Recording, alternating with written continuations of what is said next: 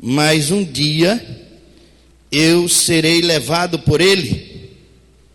Um dia eu serei levado por ele. Meu pai foi levado por ele há 57 dias.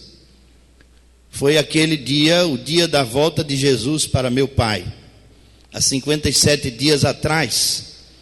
Então João, para mim e para muitos estudiosos da Bíblia, é o mesmo João que encostou o rosto no peito de Jesus, que foi amado por Jesus, que se autodenomina aquele a quem Jesus amava. É o mesmo João que ficou até os 95 anos para receber a revelação. E o dia do Senhor chegou para João, e ele morreu ali na sua pedreira. João, ele carregou pedras no final da sua vida, mas enquanto carregava pedras, João recebeu esse texto monumental que tem alegrado tanto os nossos corações nesses dias. Alegrado sim, mas incomodado também. Alegrado muito, mas incomodado muito também. Eu confesso aos irmãos que tenho sofrido com esse texto. É um texto que não é muito fácil você decodificá-lo. Não é fácil decodificar esse texto, trazê-lo ao entendimento, ao nosso entendimento. Eu preciso primeiro entender para dizer alguma coisa aos irmãos. E posso errar, posso dizer alguma coisa trocada. Por isso tremo e temo. Tenho dito ao Senhor: Senhor, tem compaixão, tem misericórdia, para que eu não diga nada que não seja a verdade a respeito desse texto. Não é um texto confuso, é um texto direto, é um texto revelador. Jesus se apresenta como nunca. O Apocalipse é o ápice, é a revelação maior. Nós temos a natureza que revela a glória de Deus, nós temos toda a criação, o próprio homem, o próprio ser humano, ele apresenta a glória de Deus, a face de Deus. E nós temos a revelação especial de Jesus Cristo a cada um de nós, pessoalmente. Na semana da morte do meu pai, meu irmão Eziel ficou muito preocupado a respeito de meu pai, de nosso pai. Um homem que, por conta da diabetes, de tomar 4 doses de insulina por dia e outros remédios tantos, ficou numa confusão de mente, que eu já disse aos irmãos alguma coisa sobre isso. Também uma demência no corpo e inconsciência. E ele disse muita coisa ruim, muita coisa que um crente no seu tino normal não diria. E Eziel ficou preocupado: meu Deus, será que meu pai foi salvo? Será que meu pai foi salvo? E aquela angústia tomou conta dele naquela semana. E Deus, eu penso que Deus, ele fala conosco, irmãos, de várias maneiras. Mas eu não vivo divulgando isso, porque nós já temos a palavra de Deus e ela é eficaz. Ela não precisa de retoques. Nós não precisamos de sonhos para sobreviver. A nossa fé não precisa de sonhos para sobreviver. Nós vivemos sem os sonhos, a nossa fé. Mas Eziel teve um sonho naquela semana, em que ele via meu pai num lugar paradisíaco. E meu pai, onde estava, tinha as 2 pernas. Vocês sabem que ele amputou uma das pernas. Mas lá naquele lugar, meu pai tinha as 2 pernas.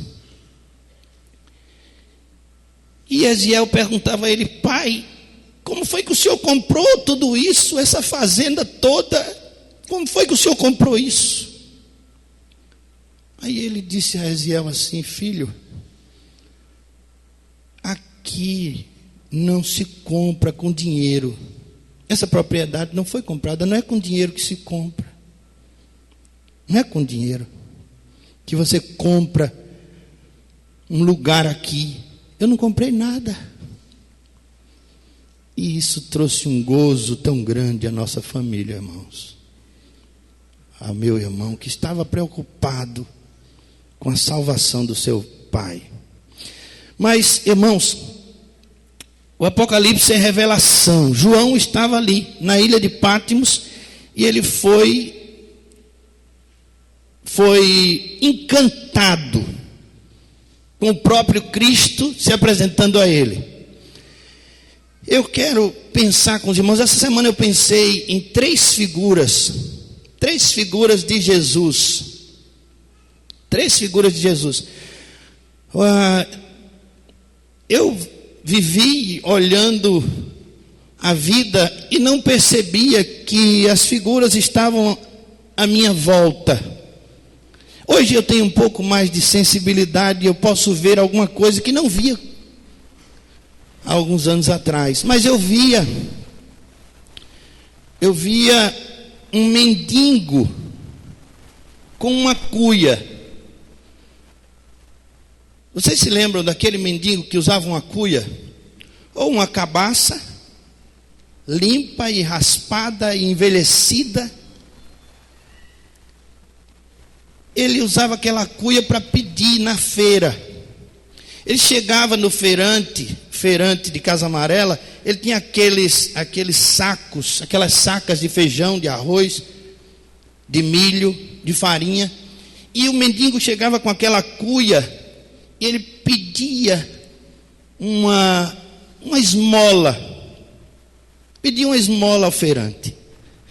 Quando o feirante dava a esmola, o mendigo se benzia. E o feirante também se benzia. Fazia o sinal da cruz. Aquilo era glorioso para o feirante e para o mendigo. Os dois saíam ali reconfortados. O feirante porque achava que dando aquilo ali estava ganhando o carinho de Deus, porque ele estava ajudando o mendigo. E o mendigo porque estava levando para sua casa alimento para os seus filhos. E o mendigo também, ele considerava que estava mesmo abençoando o feirante, sendo abençoado e abençoando o feirante. Ele se benzia. E aí, irmãos, a figura de Jesus naquele mendigo que abençoava o feirante, que pedia uma cuia. Eu fiquei pensando aqui comigo mesmo, em meus botões. Todas as semanas você vem aqui e a palavra de Deus, como mendiga, lhe pede uma cuia, com a cuia, uma cuiazinha de farinha, uma cuiazinha de feijão, uma cuiazinha de arroz, uma cuia de atenção. Hoje nós estamos irreverentes no culto, irmãos. Presta atenção. Uma cuiazinha que aquele mendigo pede a você. Uma cuiazinha de trabalho. Você que não está trabalhando em área nenhuma da igreja, nada, você chega e sai, só no domingo. Você é aquele feirante que é abastecido, totalmente abastecido, e o Senhor pede uma cuinha. Me dê uma cuinha aí. O Senhor é um mendigo que pede a você uma cuia da sua atenção. Sabe o que aquele mendigo pensava? Eu estou salvando esse feirante. Com aquela benzedura que ele fazia, com aquela bênção que ele distribuía aos feirantes, ele estava ajudando o feirante, mais do que o feirante estava ajudando ele. Era presunção do mendigo, é claro. Mas de Jesus não. Se Jesus conseguir chamar a sua atenção, se Jesus conseguir receber de você uma cuiazinha de atenção, Ele vai te abençoar. Ele vai te abençoar. Se você conseguir fazer algo, se você conseguir se mover dos bancos da igreja e ir além, Ele vai te abençoar. Ele pode te abençoar. Você viu a figura que nós apresentamos aqui, ou que a palavra de Deus apresenta no capítulo 1 de Apocalipse, aquela figura grandiosa de Jesus? Ele tem poder. Olhos de fogo. Da sua boca sai uma espada afiada de 2 gumes. Voz de trombeta, voz de muitas águas. Sacerdote e rei, ele pode, diferentemente daquele mendigo presunçoso, Jesus pode. Mas ele está pedindo, é assim que ele é. Pedindo. Essa semana eu vi uma história interessante. O pastor disse que o menino fez uma coisa muito errada. E já era a 3ª vez que o pai o advertia. E na 3ª vez o pai disse a ele assim: filho, você quer que eu o castigue pela lei ou pela graça? Ele disse: me castigue pela graça. Aí o pai tirou o cinturão, entrou no quarto com ele, e o cinturão era grosso, feito meu, grosso. E o pai tirou a camisa, e o filho lá tremendo de medo, porque ia levar muita lapada, e o pai já estava tirando a camisa para não suar aquela camisa. E aí o pai ajoelhou-se, ficou de 4 na frente do filho, disse: você que vai bater em mim. Você que vai bater em mim. Essa é a graça, irmãos. Pela lei seria o pai que daria no filho, mas pela graça é o filho que bate no pai. Jesus morreu pelos nossos pecados. É assim, a graça é assim. E essa é a figura de Jesus. Você sabe, eu não falei muita coisa sobre os pés de bronze de Jesus. Ele, na sua figura magistral, majestosa, ele tinha pés de bronze. Os pés de bronze do Filho do Homem são referência ao fundamento. A palavra de Deus é o fundamento da igreja. A igreja existe por causa da palavra de Deus, não é por outra coisa. Não existe igreja sem a palavra de Deus. Qualquer um que tirar a palavra de Deus da igreja vai se ver com o edificador, com o Senhor da igreja. Qualquer um que tirar um tio, um i da palavra de Deus vai se ver com ele. O grandioso sacerdote, rei, de olhos de fogo, de palavra que é uma espada afiada de 2 gumes, voz de trovão e voz de trombeta e voz de muitas águas, vai se ver com ele. O fundamento, por isso pés de bronze. O bronze combina o ferro, que é forte, mas enferruja. É a lei. A lei.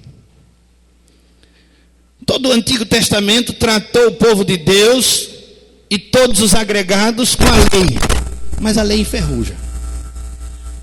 Aí é adicionado no Novo Testamento o cobre.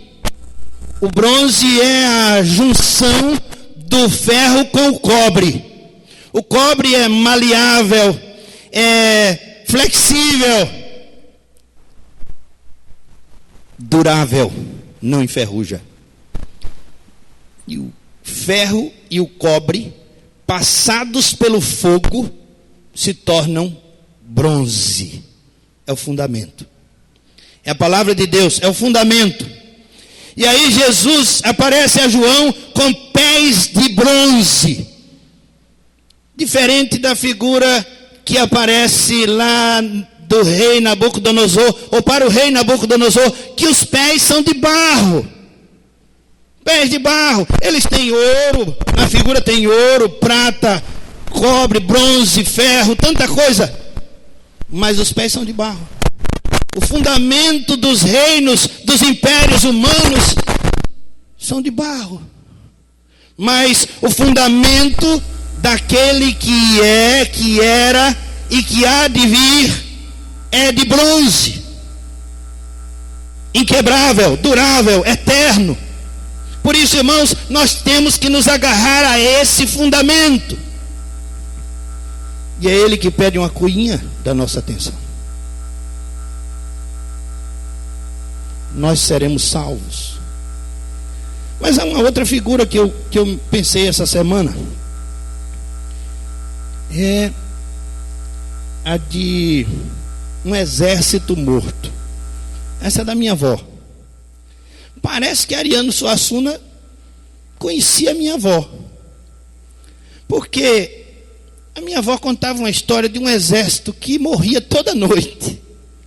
E de madrugada, uma velhinha com uma gaita soprava no ouvido de cada morto e eles reviviam. A minha avó contava isso quando eu era menino. Eu nem sabia que Ariano Suassuna existia. Mas Ariano também faz isso. Bota Chicó para tocar uma gaitinha. Só que o capitão não revive. Mas, irmãos, nós somos assim. Nós somos assim, como um exército morto. Toda semana que no domingo chegamos aqui para alguém tocar uma gaitinha e a gente reviver. Durante a semana, segunda a sábado, nós passamos mortos. Nós morremos na segunda-feira. Ressuscitamos no domingo de manhã, a exemplo de nosso Cristo. Mas não podemos, não precisamos, não devemos passar a semana mortos, irmãos. Não precisamos. A palavra de Deus é segunda, terça, quarta, quinta, sexta, sábado e domingo. A palavra de Deus é todo dia. Você não precisa passar a semana morto para chegar aqui e alguém cantar uma música ou pregar uma mensagem para você reviver. Você mesmo pode, você é sacerdote também. Esse é o sacerdócio da igreja, doutrina do evangelho. Você também pode chegar à presença de Deus através da palavra de Deus e ler a palavra de Deus. Você não precisa passar a semana morto. Eu acredito que é por causa disso que a gente inventou: segunda tem trabalho na igreja, terça tem trabalho, quarta tem trabalho, quinta tem trabalho, porque senão a gente fica a semana toda morto. Mas eu digo a você, você pode viver pela palavra todos os dias. Você pode, não precisa. Claro, no começo é assim mesmo. No começo é assim mesmo. No começo a pessoa não está nem vivo, está morto. Chega aqui, aquele zumbi, entra, senta, ouve a palavra. Se a palavra o tocasse, Deus o escolhesse, for revelado a ele, ele vai ser iluminado pela inspiração, pela revelação de Deus, e ele vai se levantar e sair vivo por aí, anunciando o evangelho da graça. Mas, se não, ele vai passar uma semana, 2 semanas, 10 anos. Tem gente que está há 10 anos e nunca disse: eu quero ser batizado. E nunca disse: eu quero entregar meu coração a Jesus. E todas as semanas nós pregamos para a igreja. A palavra de Deus é anunciada e não vemos salvação. Não vemos salvação.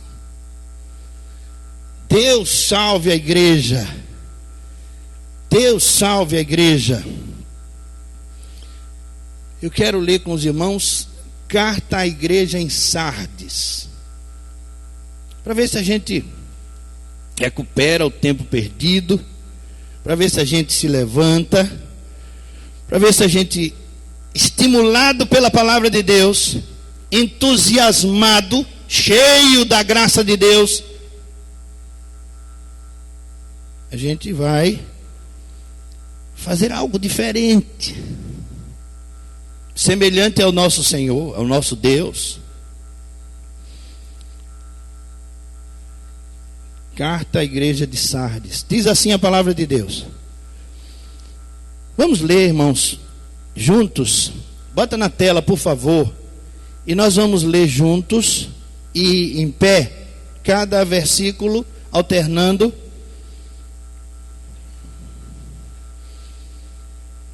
Eu vou ler com os adolescentes e o Wilton vai ler com a congregação. Pode pegar um microfone aqui, Wilton, por favor.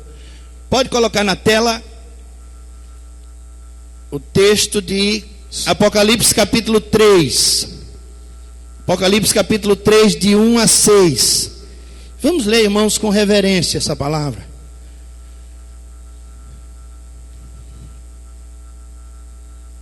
Eu vou ler com os adolescentes, os irmãos lerão com o Wilton. Vamos lá, adolescentes. Ao anjo da igreja em Sardes escreve: estas coisas diz aquele que tem os 7 Espíritos de Deus e as 7 estrelas. Conheço as tuas obras, que tens nome de que vives e estás morto. Sê vigilante e consolida o resto que estava para morrer, porque não tenho achado íntegras as tuas obras na presença do meu Deus.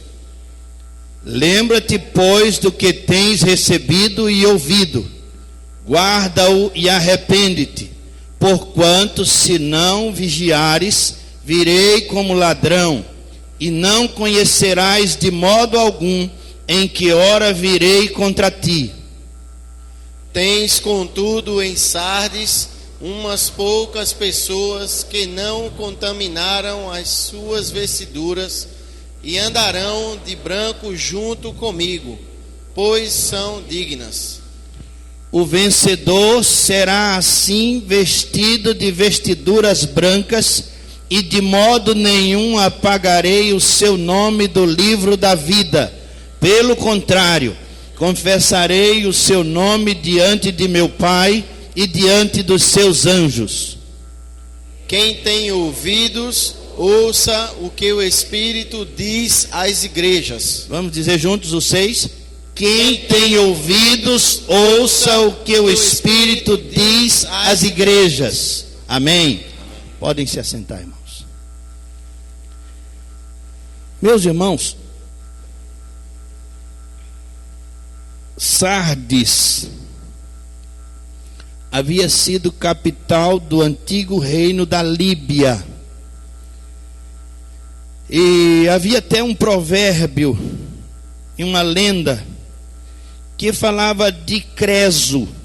Creso era o antigo rei de Sardes. Ele era tão rico, que havia um ditado popular que dizia assim: tão rico quanto Sardes, ou quanto Creso.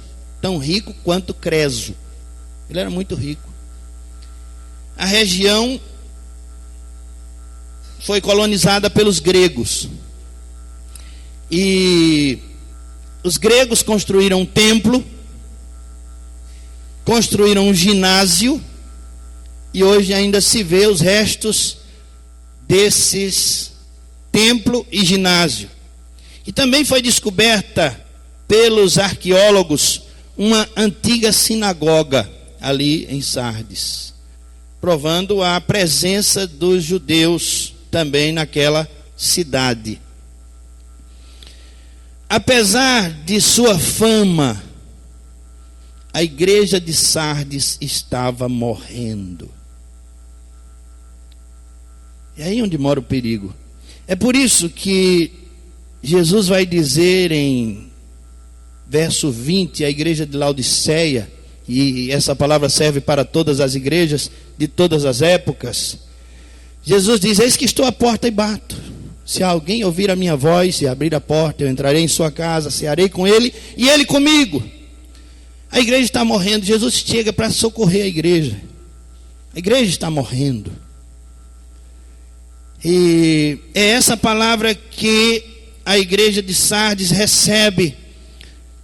O Senhor Jesus fala com o anjo da igreja, e ele é o Espírito Santo e aqui retratado nesse texto como aquele que tem os 7 Espíritos de Deus, ou o Espírito de Deus, na sua totalidade, na sua plenitude. E ele tem também as 7 estrelas nas suas mãos, que são os 7 anjos. Irmãos, eu ia trazer, mas esqueci. Eu ganhei um candelabro. O candeeiro. Candelabro é diferente de candeeiro. Eu ganhei um candeeiro. E é moderno. Funciona a pilha. Eu comprei 2 pilhas grandes, mas elas ficaram pequenas dentro dele. Ele precisa de uma grande, super grande. Não encontrei ainda essas pilhas. Aí o candeeiro ficou lá. Esse candeeiro, ele pode me servir muito, porque de noite nenhuma não quer luz acesa no quarto na hora de dormir. Às vezes eu preciso ler alguma coisa, tem que ler com a luzinha do celular ali, porque ela não quer. A gente tem que respeitar as mulheres, né? Aí você tem que ligar a luzinha do celular, que é uma luzinha muito fraquinha. Mas é assim. Esse candeeiro viria para me suprir essa necessidade básica, né? Aí é porque ler de noite, irmãos, higieniza a mente da gente, sabia? Higieniza o sono. Aí você vai lendo, daqui a pouco você dorme, né? Aí dorme com os anjos, dorme com a palavra de Deus. Não é tão bom? Então, aí eu estou precisando comprar pilhas para aquele candeeiro. Mas, irmãos, vou dizer uma coisa a você. O candeeiro não deu luz nenhuma. Ele não tem luz. Sem a pilha não funciona. Não funciona. Jesus está no meio dos candeeiros, e só ele estando no meio dos candeeiros é que vai ter luz. Não tem jeito. Não tem jeito. Pode pular metros de altura, pode cantar, chorar de tanta emoção, mas Jesus não está ali. Não tem nada, não tem luz. Nós não sabemos produzir luz, irmãos. Não sabemos. Não há luz própria em nós. A igreja não tem luz própria. Se não for a luz do Senhor Jesus, a igreja está no escuro. Jesus está do lado de fora. Pastor Nilson disse um tempo desse: a igreja Jesus está do lado de fora. Ele disse: eis que estou à porta, não está dentro. Por isso a igreja de Sardes estava morrendo. Apesar de sua fama, a igreja de Sardes estava morrendo. O que essa igreja tinha de superar era não a oposição de fora, mas a igreja tinha que superar coisas de dentro, internas. Por exemplo, a apatia. Pessoa chega e sai. Você sabe que tem crentes que saem na hora do apelo? Isso é apatia, irmãos. O pastor está fazendo um apelo aqui para ver se tem alguém que Deus escolheu, para ver se tem alguém que Deus quer salvar. Aí o irmão se levanta muito folgadamente e vai embora.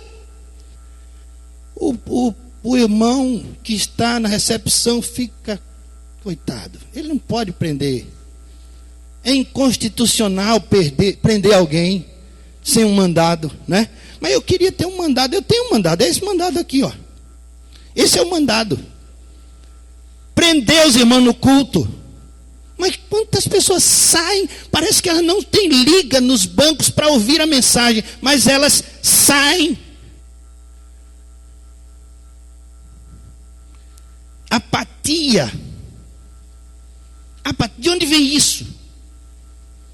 Da falta de luz, da falta de Jesus. Só pode ser: ah, mas eu tenho um compromisso, o ônibus vai passar aí na frente, o pastor passou da hora. Ah, pastor, o senhor passou da hora porque quis. Foi o senhor errado, foi o senhor que me fez pecar e sair daí. Então pecamos juntos, irmãos. Então pecamos juntos. Então bota em Jesus a culpa. Bota em Jesus a culpa. Eu sei que eu falo muito. Já me disseram isso, viu? Minha esposa de vez em quando diz isso: você fala demais. Às vezes fala coisa errada aqui. Mas, irmãos, O tempo que nós temos dado ao Senhor é muito pouco, irmãos. É muito pouco. A gente pode dar mais, a gente pode fazer mais. Irmãos, será que não dá para ir para casa a pé se você perdeu o ônibus, 1 quilômetro, 2 quilômetros? Fale comigo que eu levo você em casa. Pronto, vou fazer, fechei. Tá bom? Perdi o ônibus por causa do Senhor. Fiquei aqui, ó, no apelo, o Senhor falando ali, insistindo. Eu fiquei aqui. Agora o Senhor vai me levar em casa. Eu levo ou arranjo alguém para levar. Quem me ajuda, se o irmão disser isso? Quem me ajuda a levar? Olha aí. Gente crente. Em Sardes tem gente crente.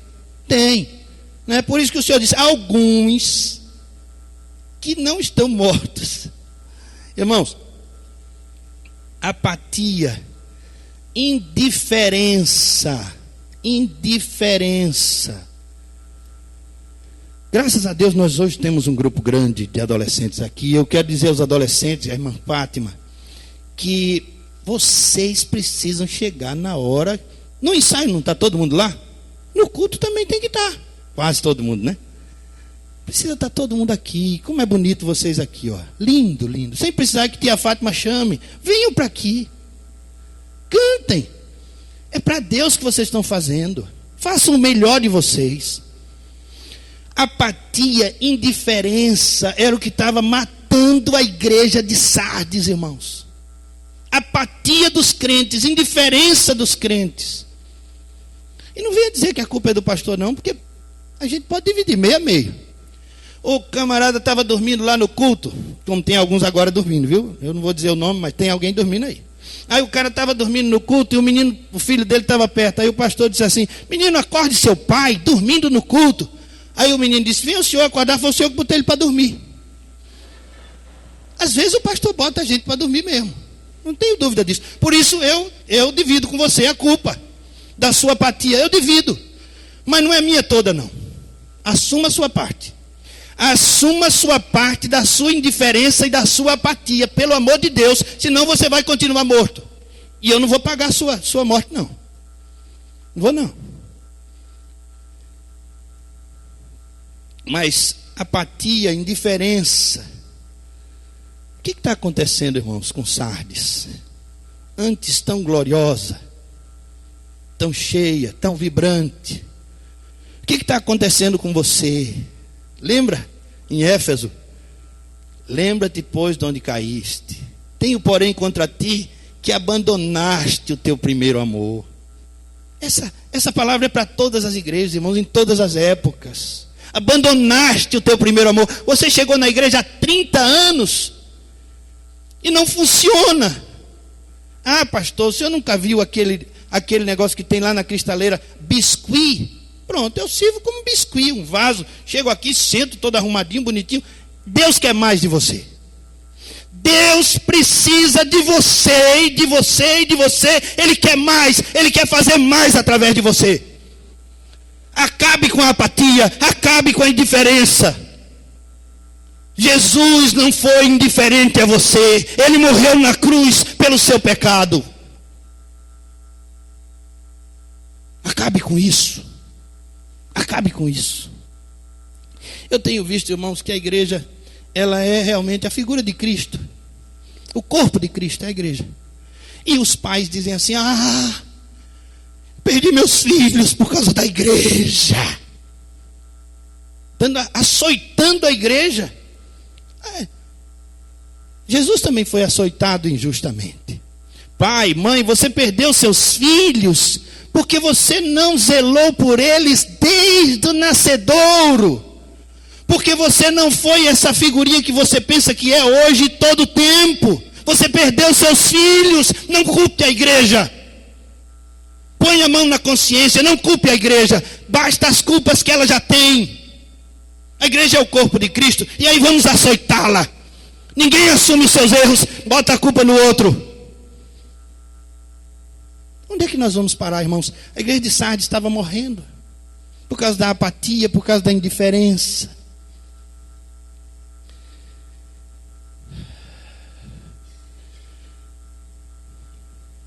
Satisfação. Ô irmãos, a palavra satisfação é uma palavra tão difícil para mim. Tão difícil. Eu logo que tive meus 2 meninos, eu e Nilma tivemos 2 meninos. Aí a gente deitava na cama e dizia assim: tranquilidade, tranquilidade. Aí eles não sabiam nem falar ainda, dizia tranquilidade. Aí eu pensava assim comigo mesmo, dizia: meu Deus, é tanta tranquilidade que eu tenho medo. Tenho medo. O perigo da satisfação, autossatisfação. O perigo da tranquilidade, você está muito tranquilo com a sua fé, muito tranquilo com aquilo que você faz. Era isso que acontecia em Sardes. Eles estavam muito tranquilos e estavam morrendo. Você está muito tranquilo com aquilo que você faz, com aquilo que você é. Eu vou dizer a você, você está morrendo. Porque sabe qual é a marca do discípulo de Jesus? A insatisfação. E eu gosto quando João bota a cabeça no peito de Jesus e pergunta: Senhor, eu sou o traidor? Eu sou o traidor? Porque se eu for o traidor, eu vou dar um puxa-arranco em mim tão grande. Eu vou me matar se eu for o traidor. Eu sou o traidor? João era um homem insatisfeito. Ele queria saber quem era o traidor para ele pegar o cabra. Se fosse ele, ele ia pegar ele mesmo. Insatisfeito, fique insatisfeito com a sua condição, irmãos, e melhore, pelo amor de Deus, senão você vai morrer. O Senhor está pedindo uma coisinha da sua atenção. Aí você fica botando a culpa nos outros. A culpa na igreja. É a igreja, é a igreja, é o pastor. Pastor Nilson está cansado, irmãos, de ser acusado. Sabia? O estresse do pastor é esse. Está de licença. Cansado de ser acusado. Cansado. Eu estou morrendo de medo desse negócio, sabe? Eu não estou entrando nesse negócio. Eu estou quase pedindo para ir embora, para sair desse negócio. Porque, irmãos, não é fácil você ser acusado o tempo todo. Algumas culpas você tem realmente. O pastor tem realmente. Mas não é fácil, irmãos seminaristas, você botar a toga de pastor. Por isso que o Senhor disse: eu tenho as 7 estrelas na minha mão. Porque ou o Senhor segura a gente na mão dele, ou fica difícil, irmãos, sobreviver. Não consegue não. Não consegue não. Se você me perguntar em qualquer dia desse: como vai, pastor? Eu digo: sobrevivendo. Estou sobrevivendo. É isso, irmão, sobrevivendo. Tem gente que já me pergunta logo de cara: pastor, como é? Você está sobrevivendo? Estou sobrevivendo. Todo dia. Que não é fácil, irmãos. Não é fácil. Apatia, indiferença, satisfação consigo mesma. Era isso que estava matando Sardes. Mas havia alguns cuja fé estava imaculada. Nós lemos: há alguns, o Senhor disse que há alguns, e não conhecerás de modo algum em que hora virei contra ti. Tens, contudo, em Sardes umas poucas pessoas que não contaminaram as suas vestiduras. Poucas pessoas. Aí você vai logo passando para o lado dos poucos, né? Você vai dizer: eu sou uma dessas poucas. Bom, tem que perguntar ao Senhor. Não é a gente que sabe desse negócio. Não é. Não sou eu mesmo que faço uma autoavaliação e consigo. Porque o salmista, no Salmo 139, ele: sonda-me, Senhor. Sonda-me. Vê se há em mim algum caminho mau. Porque eu não sei fazer esse negócio. Mas havia alguns cuja fé estava imaculada. E o Senhor diz que eles vestirão roupas brancas, roupas purificadas. E dá tempo ainda da gente ler Zacarias, capítulo 3. Dê uma viajada aí, séculos antes. Um século talvez. Um século e pouquinho. Zacarias é o penúltimo livro do Antigo Testamento. Depois vem Malaquias e aí Mateus. Encontrou? Alguém disse: diga amém. Eu não gosto desse negócio de brincar com amém não, porque o amém, sabe quem é o amém? É Jesus, viu? Jesus é o amém. Então, brincar com amém não é brincadeira não, meu irmão. Brincar com Jesus não é brincadeira não. Jesus é o amém. Tem gente que diz, amém, amém, amém. Que é isso? Amém é Jesus. Se comporte. Zacarias capítulo 3, versos 4 e 5. Tomou este a palavra e disse aos que estavam diante dele: tirai-lhe as vestes sujas. Vamos ler do verso 1, porque aqui já tá trocando a roupa de Josué, né? Não é do irmão Josué. Josué, o sacerdote lá dos hebreus. Vamos ver, do 1.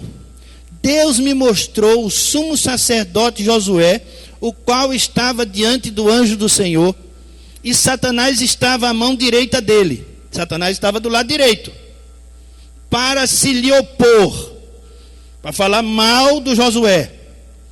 Mas o Senhor disse a Satanás: o Senhor te repreende, ó Satanás. Sim, o Senhor que escolheu a Jerusalém te repreende. Não é este um tição tirado do fogo? O Senhor está dizendo isso de Josué, né? É um tição tirado do fogo. Ele foi purificado. Ele foi queimado pelos olhos daquele que tem os olhos como chama de fogo. Então, não é este um tição tirado do fogo? Aí o verso 3. Ora, Josué, trajado de vestes sujas, estava diante do anjo. Tomou este a palavra e disse aos que estavam diante dele: tirai-lhe as vestes sujas. A Josué disse: eis que tenho feito que passe de ti a tua iniquidade, e te vestirei de finos trajes. Você já viu o paletó de linho que o irmão Josué tem? Foi Jesus que deu, não foi? Foi. Sapatos impecáveis. Foi Jesus que deu, foi Jesus que fez isso, né? Foi Jesus que fez isso. E disse eu, ponham-lhe um turbante limpo sobre a cabeça. Puseram-lhe, pois, sobre a cabeça um turbante limpo e o vestiram com trajes próprios, ou seja, de sacerdote. E o anjo do Senhor estava ali. Irmãos, poucos passaram por essa experiência da santificação. Poucos, disse o Senhor, poucos. Grande parte da igreja de Sardes estava com as vestes sujas. Precisava ser purificado, precisava vestir vestes sacerdotais. Precisamos ser sacerdotes da nossa casa, nosso lar. Nosso lar precisa de nós, irmãos. Precisa de sacerdotes semelhantes a Jesus Cristo. Nós precisamos ser sacerdotes de nosso lar, com roupas purificadas. Vestimos vestes sujas, as vestes do pecado. E as vestes brancas é um sinal, ou são um sinal de glória e honra. As vestes sujas são contagiosas, como era contagiosa a lepra em Israel.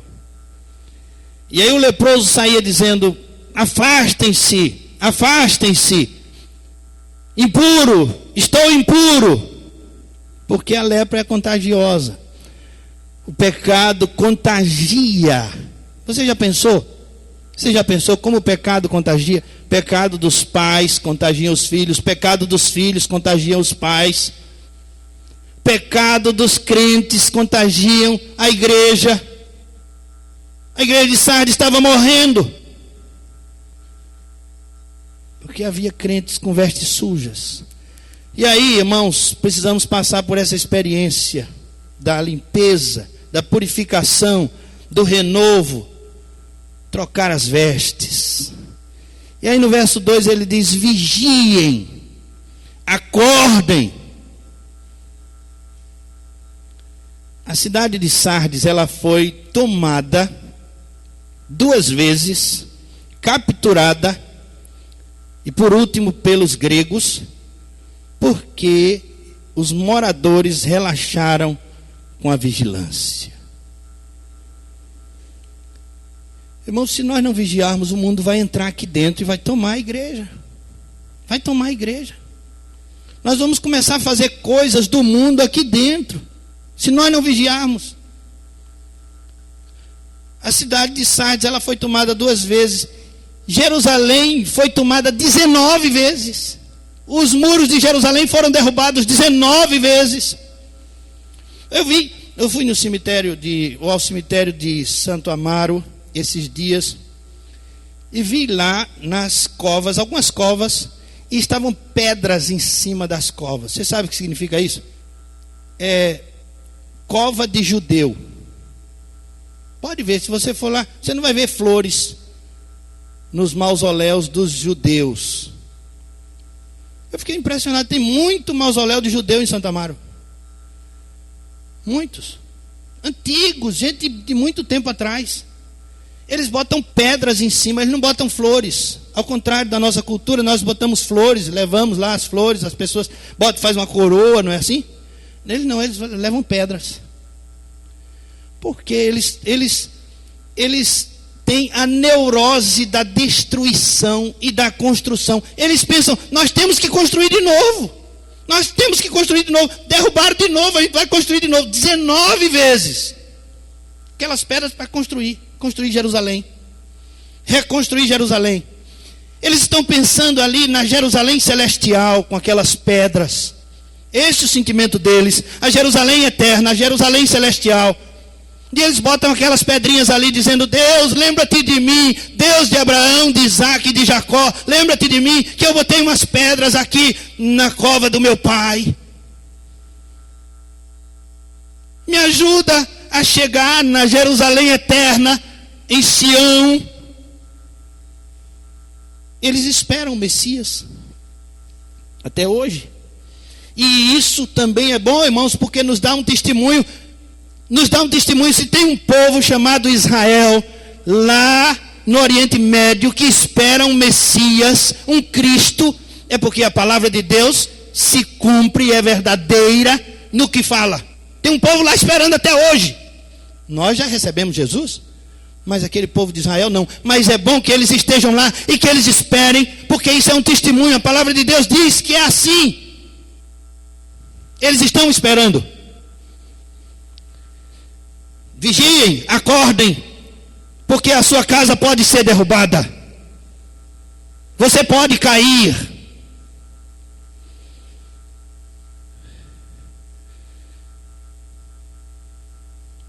O sono, símbolo de morte.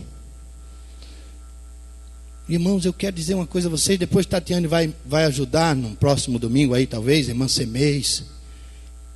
Irmãos, há uma luz no fim do túnel. Crescemos esse semestre 13% na escola bíblica dominical. Irmãos, nós definimos 15% para o ano todo. Crescemos em um semestre 13%, irmãos. Há um renovo chegando, irmãos.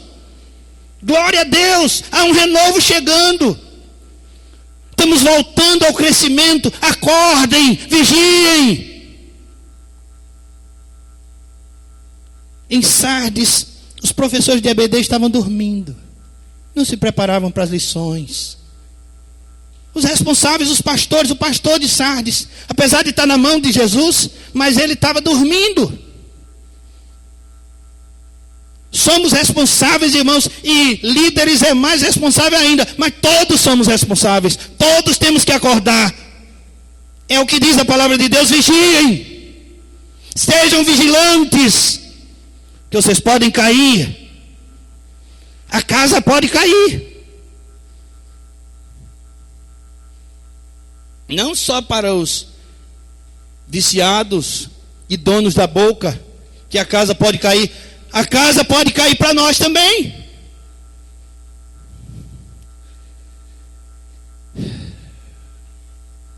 Os moribundos devem reviver. A comunidade está morta. E o que Jesus diz é que ele vem como ladrão. Irmão, você já foi assaltado? Eu já fui assaltado 14 vezes. E o Nilcinho, quando tinha 8 anos, disse: pai, eu tenho que ir embora dessa terra, porque eu tenho 8 anos e já fui assaltado 4 vezes. Ele está com 18, fez ontem. Anteontem. Dia 18. Mas, irmãos, você já foi assaltado? Você já viu que o ladrão surge do nada? Já teve essa sensação? Irmãos, a gente está entrando em casa tranquilo, de carro e tal, todo mundo conversando, uma conversa boa. Arma na cabeça. O ladrão chegou.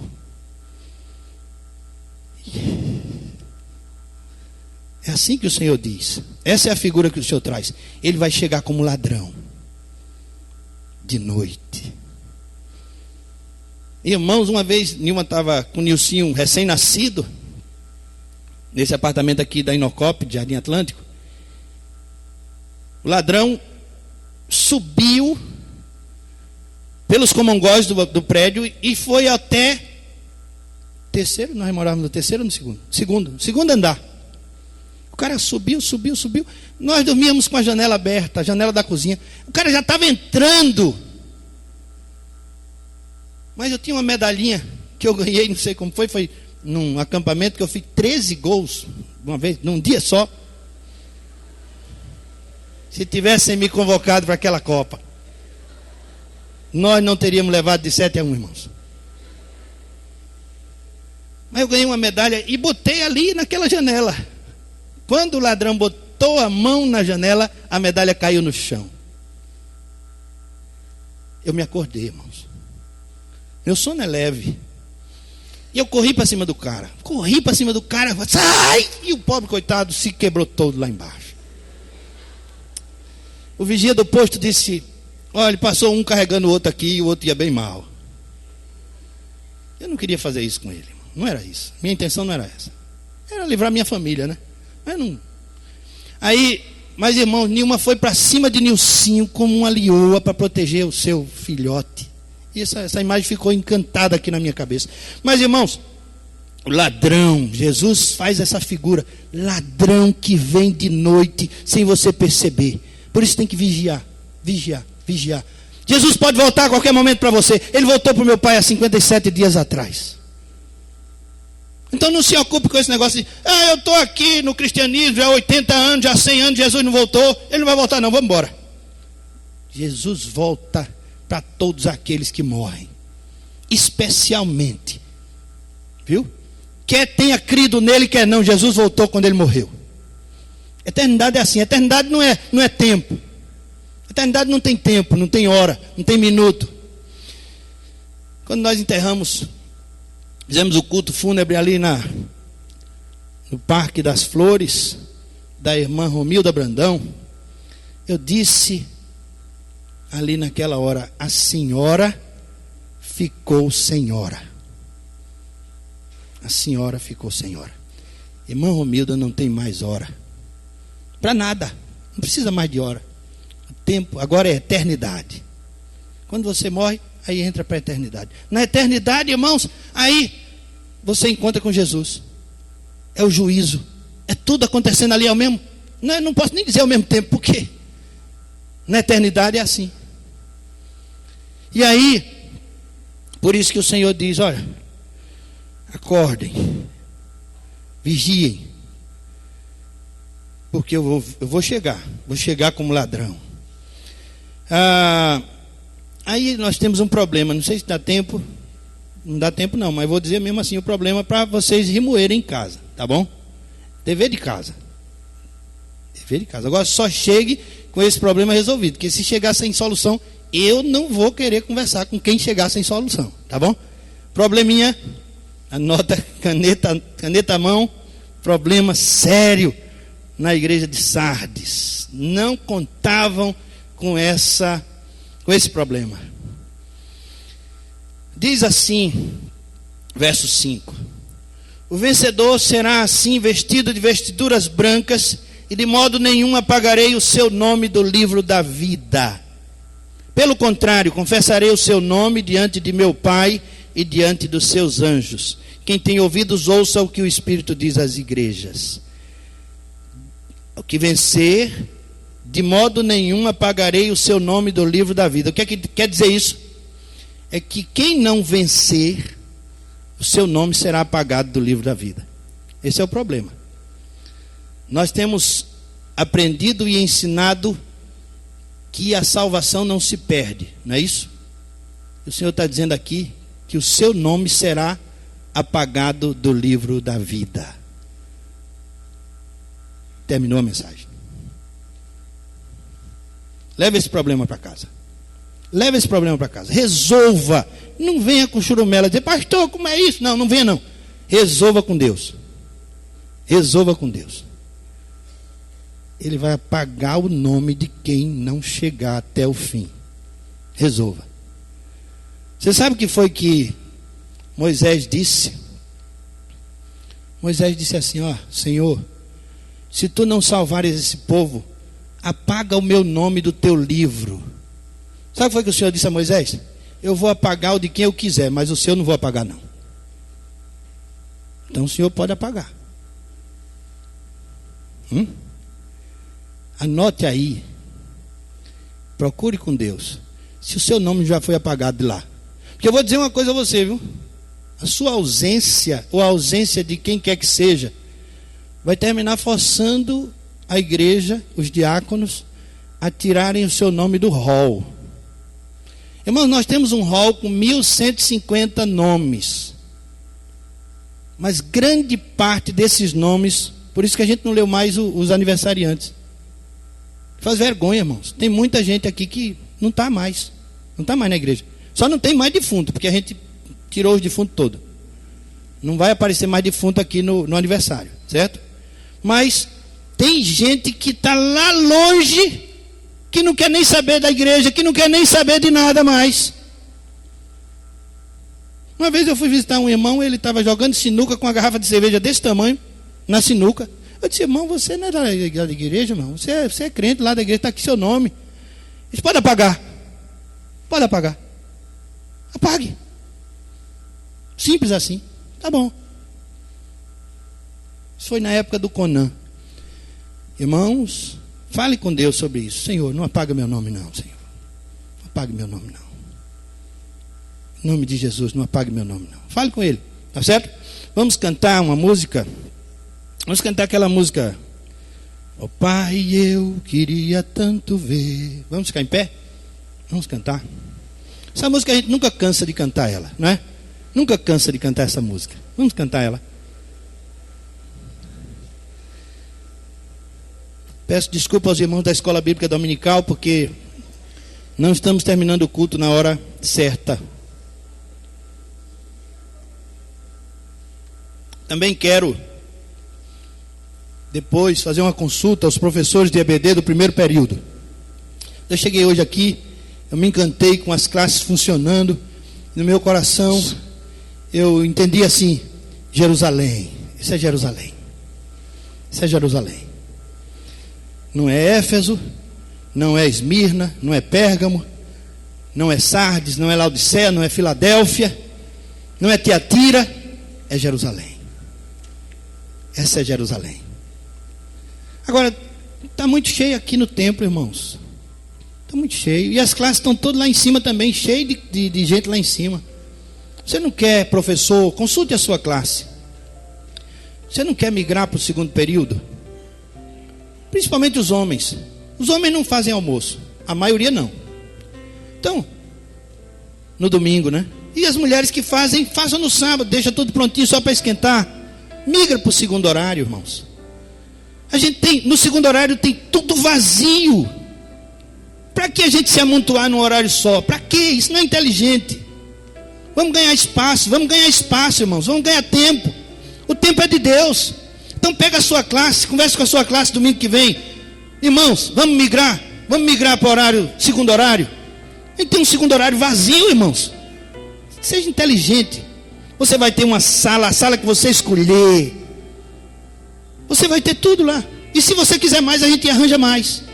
Arranja mais. Ah, eu preciso, pastor, de um data show para passar vídeos para minha turma sobre as terras lá da Palestina, sobre... A gente arranja. A gente arranja, irmão. A igreja pode fazer isso. Essa é uma igreja operária, essa é uma igreja gigante, irmãos. A gente pode fazer isso, pode fazer muito mais. Então migre, vá para o horário, segundo horário. Faça um desafio à sua turma, vá para o segundo horário. Ah, eu vou sair daqui de meio-dia. O que é que tem? O que é que tem? Sai de meio-dia. Ah, mas eu queria ir embora logo. Não, irmãos, fica até meio-dia. A classe de jovens fica até 12h30. O que é que tem? Então pense nisso, irmãos. Vamos ser inteligentes, vamos ganhar espaço, vamos ganhar espaço, vamos ganhar tempo. De quem nós somos? Somos do Senhor. Então vem, muda. Essa é uma proposta que eu estou fazendo a vocês, tá certo? Professores de escola bíblica dominical, vigiem, acordem, migrem de horário. Você vai ter aí um espaço VIP, no horário VIP. Aí vem, assiste o culto de 9 às 10h30, de 10h40, 10h50, a gente vai ver, dar um jeito de terminar o culto mais cedo. Aí você vai para sua classe tranquilo, com seus alunos. Combine com seus alunos. Vamos cantar.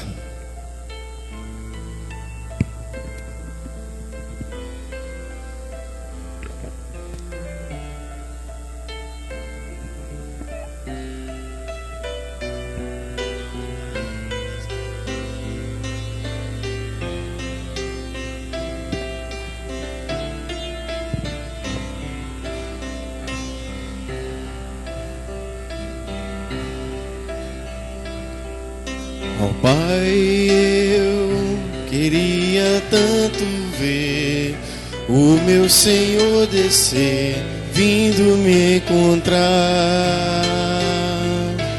Eu posso até imaginar a refulgente glória do Senhor Jesus,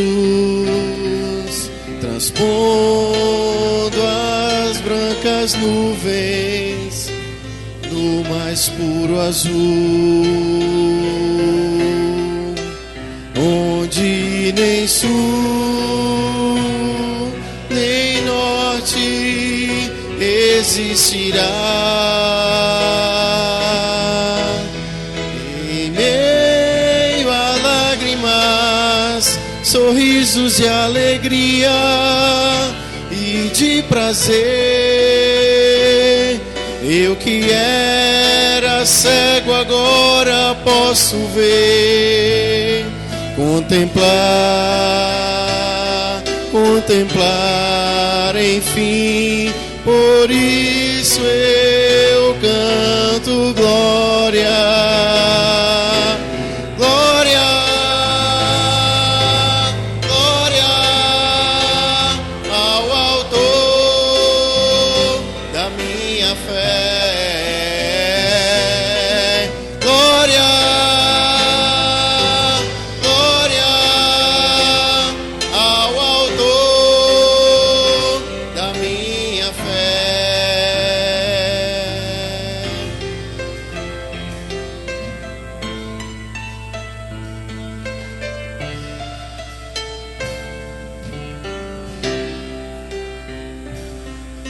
Ó Pai, eu queria tanto ouvir o som que vai abrir o encontro triunfal,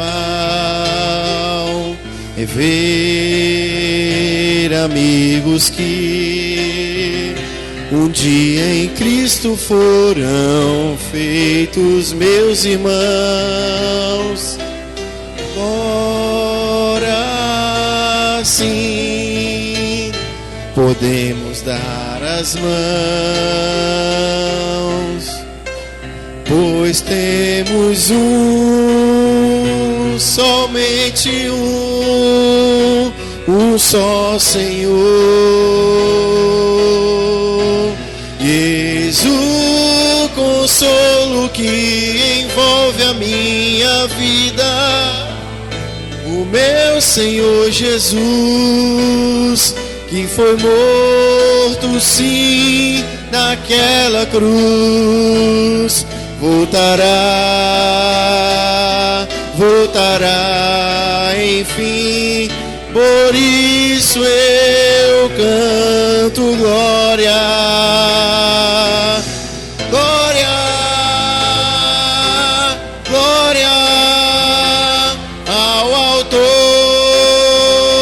da minha fé. Glória, glória ao autor da minha fé. Glória, glória ao autor da minha fé. Glória, glória ao autor da minha fé.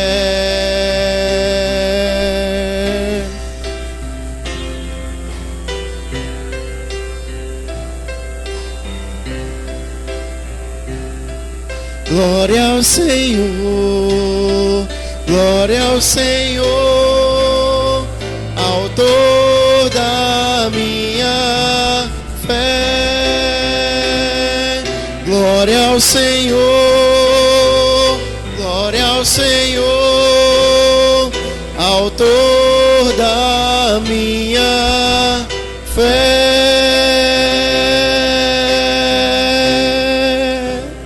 Glória a Deus, irmãos. Amém. A igreja pode sentar. Ouviremos o coral de adolescentes e após o coral, com oração silenciosa, estamos encerrando o nosso culto. Que Deus leve em paz todos os irmãos para casa, aqueles para a EBD, e logo mais à tarde estaremos aqui no primeiro culto às 5 horas, e o segundo culto às 7 e as agremiações. Deus nos abençoe.